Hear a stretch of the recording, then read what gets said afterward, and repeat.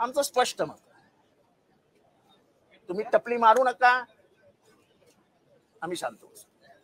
तुम्ही जर टपल्या मारणार असाल तर आमच्याकडनं उत्तर येणार. तो ठाण्याचा पठ्ठ्या, तो ठाण्याचा पठ्ठ्या, तो ठाण्याचा पठ्ठ्या 4 वेळा बोलले. कशाला माझ्याबद्दल एवढं प्रेम राग कशाला हवा? कोणाच्या तरी टीव्ही वरती बोलताना मी देवेंद्र फडणवीसांना ऐकलंय की आम्ही आमच्या विचारांची तडजोड करणार. त्यांना यायचं असेल त्यांनी त्यांचे विचार सोडून आमच्याकडे यावं. अजून याच्यापेक्षा स्पष्टीकरण काय द्यावं? आणि अजित म्हणजे लोकांना राग येतो तिथल्या की ते अजित पवार काय म्हणतात. मी अरे तिथे कोणालाच केलेलं. अजित दादा त्यांना आवडत असेल मग त्यांना अजित दादा म्हणाले. काय आमच्याकडे असं काय आक्षेप वगैरे नसतो. तर अजितदादांनी जी राजकीय भूमिका म्हणून जी जाहीर केली आहे ते म्हणतात की अपघाताने मी राजकारणात आलो. तो अपघात कोणी केला? शरद पवारांनी केला का कोणी केला तो अपघात? कारण का अख्ख्या पत्रात शरद पवारांचं नावच नाही. म्हणजे उद्या जर म्हटलं की मिशेलेंजेलोनी ते वरचं पेंटिंग केलं होतं आणि त्याचं नावच घालून टाकायचं, पेंटिंगला अर्थ उरत नाही. किंवा साल्वादोर डालीने जे काय पेंटिंग केलेली आहे ती करोडो अब्ज रुपयात खाली नाव नसेल तर काय अर्थ नसतो त्या पेंटिंगला. पहिली गोष्ट, आम्ही वैयक्तिक टीका टिप्पणी ह्याच्यावरती करणार नाही असं त्यांनी शेवटी म्हटलं. आणि त्याच्या आधी त्यांनी लिहिलंय की आपला विकास करायचा, आपला म्हणजे आपल्या गावचा, आपला नाही परत ते म्हणते तुम्ही आपला म्हणा. आपला विकास करायचा असेल गावचा तर सत्तेशिवाय पर्याय नाही. म्हणजे सगळं विचार बांधून ठेवून टाकून द्यायचे. आणि त्यांनी बीजेपीला इशारा देऊन टाकला की उद्या जर शरद पवार आले तर आम्ही शरद पवारांकडे जायला मोकळे. का आमची भूमिका आहे की सत्तेशिवाय पर्याय नाही, जगायचं तर सत्तेतच, त्याच्या नाहीतर मरण पत्करावं. आणि आम्ही म्हणतो की मरण पत्करू पण विचार सोडणार. हा एक फरक आहे. दुसरं त्यांनी म्हटलं की आम्ही वैयक्तिक टीका टिप्पणी करणार नाही.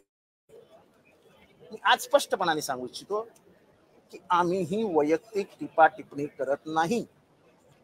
तुमच्या 2 भाषणांमध्ये तुम्ही जे पवार साहेबांविरुद्ध गरळ ओकलात त्याच्यानंतर आम्ही बोललो. तुम्ही शरद पवारांवर बोलू नका, आम्ही तुमच्यावर बोललो. तुम्ही सुप्रियाताईंना आज त्यांच्या प्रदेशाध्यक्षांनी मोठं लेक्चर दिलं. सेल्फीचा इश्यू कोणी काढला?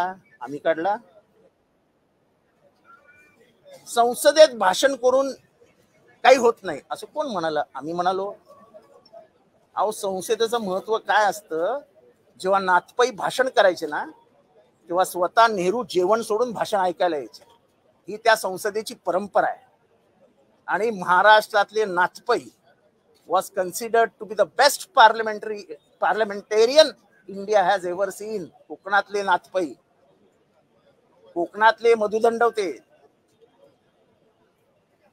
तर पार्लमेंटेरियनची जी व्याख्या आहे त्याच्यात आज फिट जर कोण बसत असेल तर त्या सुप्रियाताई बसतात. कारण का इंटरनॅशनल पासून स्टेट टू या प्रत्येक विषयामध्ये त्या बोलतात. आणि बोलतात म्हणजे त्यांचं अटेंडन्स बघा पार्लमेंट मधलं, त्यांचं पार्टिसिपेशन इन डिबेट्स बघा, मॅक्झिमम आहे. So she is considered to be as a good parliamentary. आता तुम्ही म्हणता की तुमचा अपमान झाला, मग जेव्हा तुम्ही दुसऱ्याची टिंगलटवाळी करते तेव्हा त्याला मान सन्मान नसतो का? प्रत्येकाला मान सन्मान आहे. आणि तुम्ही 10 वेळा केल्यानंतर तुम्हाला एकदा केलं तर तुम्हाला एवढं वाईट का वाटावं? आमचं स्पष्ट मत, तुम्ही टपली मारू नका, आम्ही शांत बसू. तुम्ही जर टपल्या मारणार असाल तर आमच्याकडनं उत्तर येणार. हे तुम्हाला काय आवडतात का नाही आवडतात ह्याच्याशी आम्हाला काही घेणं देणं नाही. पहिल्या भाषणात तुम्ही शरद पवार यांच्या असं वाक्य म्हटलं की त्याच्यातनं असं ध्वनित होतं की शरद पवार कधी मरणार. ही वाक्य आम्ही नाही ऐकू शकत, महाराष्ट्र नाही ऐकू शकत. प्रदेशाध्यक्ष देखील शरद पवारांविषयी काय बोललेले ते म्हणतात की 1999 नंतर जो पक्ष वाढला, अजित पवार नसते तर हा पक्ष एवढा वाढलाच नव्हता. 99 साली अजित दादांची उंची किती होती हे तत्कालीन नाही माहिती आहे. तेव्हा दिग्गज नेते होते. RR पाटील होते, जयंत पाटील होते, क्षीरसागर होते, चांगले चांगले दिग्गज नेते होते. आणि स्वतः अजितदादा मान्य करतात की त्यांना एक अपघात झाला आणि ते नेते झाले. आणि महाराष्ट्राला अशा नेतृत्वाची गरज होती. मला वाटतं की असं पत्र स्वतंत्र महाराष्ट्राच्या इतिहासात पहिल्यांदा निघालं की महाराष्ट्राला माझी गरज आहे. महाराष्ट्राला कोणाची गरज नसते, आपल्याला महाराष्ट्राची गरज पूर्ण करायची असते. त्याला नेतृत्व म्हणतात, जे शरद पवारांनी केलं. आणि दुर्दैवाने ती भूमिका घेत असताना त्याच्यात एकदाही शरद पवारांविषयी कृतज्ञताही व्यक्त केली नाही. याला कृतज्ञ म्हणतात.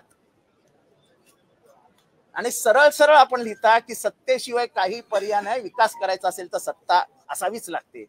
मी आपल्याला उदाहरण देतो की माननीय देवेंद्रजी फडणवीस जे आपले जवळचे नेते आणि मित्र आहेत आणि नेते पण आहेत, आता हे अनेक वर्ष विरोधी पक्षात राहिले पण कधीही वैचारिक तडजोड केली नाही.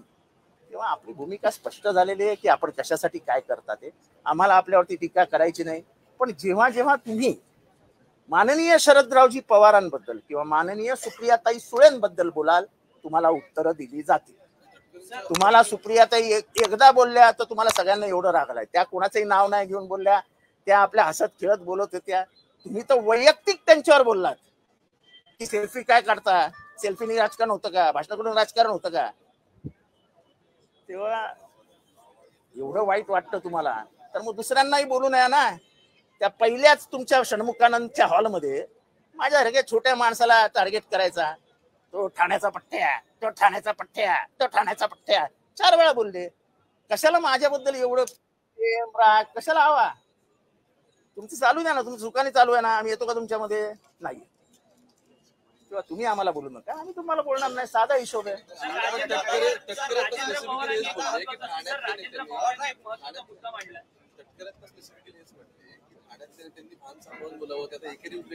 मी कधीही कोणाचा एकेरी उल्लेख करत नाही. जर झाला असेल त्याच्याबद्दल मी क्षमा मागतो.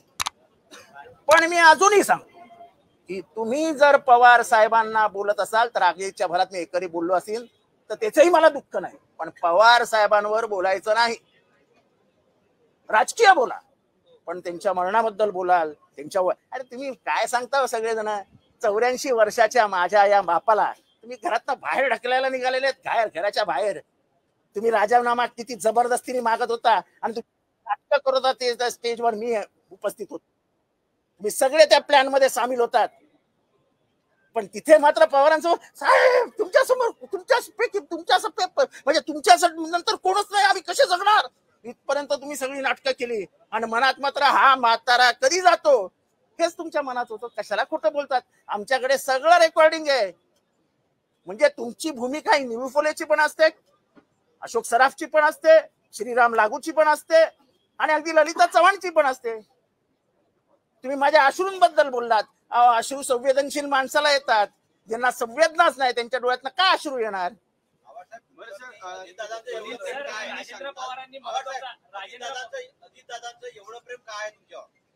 ते मी त्यांना प्रेमात त्यांचं प्रेम आहे ना, त्यांचं प्रेम कोणावर असावं ते मी त्यांना विचारा. माझा काही संबंध. राजेंद्र पवारांनी महत्वाचा मुद्दा उपस्थित केलेला आहे. खरं तर राजेंद्र पवार जे रोहित पवारांचे वडील आहेत ते म्हणतात की अजित पवार ज्यावेळेस राजकारणात आले त्याच वेळेस मी राजकारणात आलो असतो तर ही पवार घराण्याची फूट जी आहे ती पडली असती. परंतु त्यावेळेस मला मोठ्या पवारांनी अर्थात शरद पवार असं आहे इतर गोष्ट खरी की पवार घराण्यातला प्रत्येक माणूस सक्षम आहे. तो शिक्षणाने सक्षम आहे, तो ज्ञानाने सक्षम आहे, तो लिडरशिप करायला सक्षम आहे. पण प्रत्येक जणांनी आपली मर्यादा सांभाळली होती की साहेब दुखवता कामा नये. मी जेव्हा आत्ताच त्यांच्या नजदीकच्या नातेवाईकांशी बोललो, त्याचं नाव आहे नवीन कोण आले ते युगेंद्र पवार. युगेंद्र पवारनी मला सांगितलं. मी म्हटलं अरे तू कसं काय आजोबांबरोबर आलास. तो म्हणाला बघा आमच्या घराची ओळख कोणामुळे, शरद पवार. बोलतो मी इंटरनॅशनली जातो तेव्हा मी कोणाचं नाव सांगतो, शरद पवार. बोलतो मला मॉरली आणि एथिकली म्हणजे मनाने आणि विचाराने हे ऍक्सेप्टच होत नाही. मी हे सहनच करू शकत नाही की शरद पवारांना सोडून देणं. त्या घरातल्या छोट्यातल्या छोट्या माणसाची भूमिका असेल तर राजेंद्र पवारांची भूमिका योग्य आहे ना. की मी लढणार होतो आणि साहेबांनी मला नको लढू म्हणून सांगितलं. म्हणजे त्यांच्या मनात साहेबांविषयीचा आदर किती आहे हा बघा ना. काय चुकीचं बोलले राजेंद्र पवार. आणि मी अजूनही सांगतो ज्या पद्धतीने शरद पवारांना अपमानित केलं, त्यांचा पक्ष काढून घेतला, त्यांची चिन्ह काढून घेतलं, त्यांचा बँकेचं लॉकर बंद करून टाकलं. आता अफवा आम्ही ऐकतोय की कार्यालयात घुसणार आहे. काही करा बाबांनो, तुमच्या हातात सत्ता आहे, त्यामुळे तुम्ही काही करू शकता. पण हा शरद पवारांचा अपमान नाही का, हे महाराष्ट्राने सांगावं आम्हाला. राजकारणातील प्रत्येक अचूक बातमीचे सर्वात आधी अपडेट्स मिळवण्यासाठी सरकारनामाच्या सर्व सोशल मीडिया प्लॅटफॉर्मला लाईक, फॉलो आणि सबस्क्राईब करा. तसंच सर्व नोटिफिकेशनसाठी बेल आयकॉन प्रेस करायला विसरू नका.